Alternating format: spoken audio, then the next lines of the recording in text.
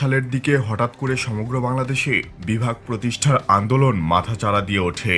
মূলত বাংলাদেশের জনগণের মাঝে বিচ্ছিন্নতার বীজ বা দর্শন অনুপ্রবেশ করানোই ছিল ওসব কথিত আন্দোলনের লক্ষ্য। ষড়যন্ত্রটির চূড়ান্ত পর্ব শুরু হয়েছে।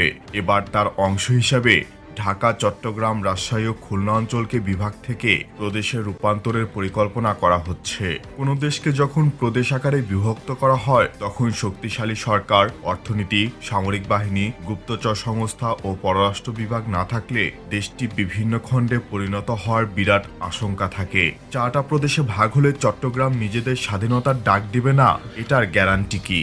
চট্টগ্রামের ওপর ভারতের নজর অনেক দিনের। উপজাতিদের লোভ দেখিয়ে লেলিয়ে দিলেই হলো। আর কি লাগবে বলেন তো? এদিক থেকে বিনা যুদ্ধে চট্টগ্রাম তাদের অথবা সোকল্ড জুমল্যান্ড প্রতিষ্ঠা করতে পারে।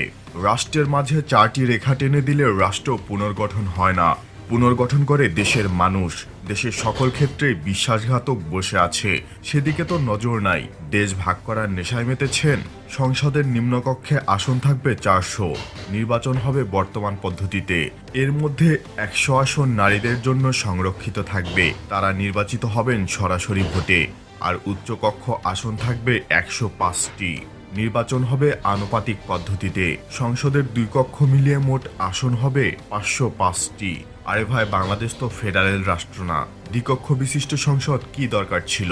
কমিশনটি রাষ্ট্রীয় নিরাপত্তা সহ গুরুত্বপূর্ণ বিষয়গুলো বাদ দিয়ে অন্যান্য বিষয়ের ব্যবস্থাপনা প্রদেশের হাতে দিতে যাচ্ছে।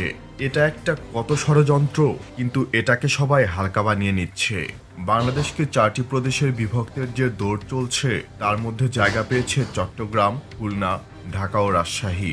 আমি আবারও বলছি, প্রদেশ সিস্টেমটি বাংলাদেশের জন্য উপযোগী নয়। আর এই প্রদেশের জন্যই আলাদা জাতীয়তা তৈরি হয়ে যায়, যা দিয়ে বাংলাদেশ রাষ্ট্র ধ্বংস হয়ে যেতে পারে। প্রাদেশিক শাসনে যে কোনো ধরনের গণবিপ্লবকে একটা নির্দিষ্ট অঞ্চলে সীমাবদ্ধ করে রাখা যায়।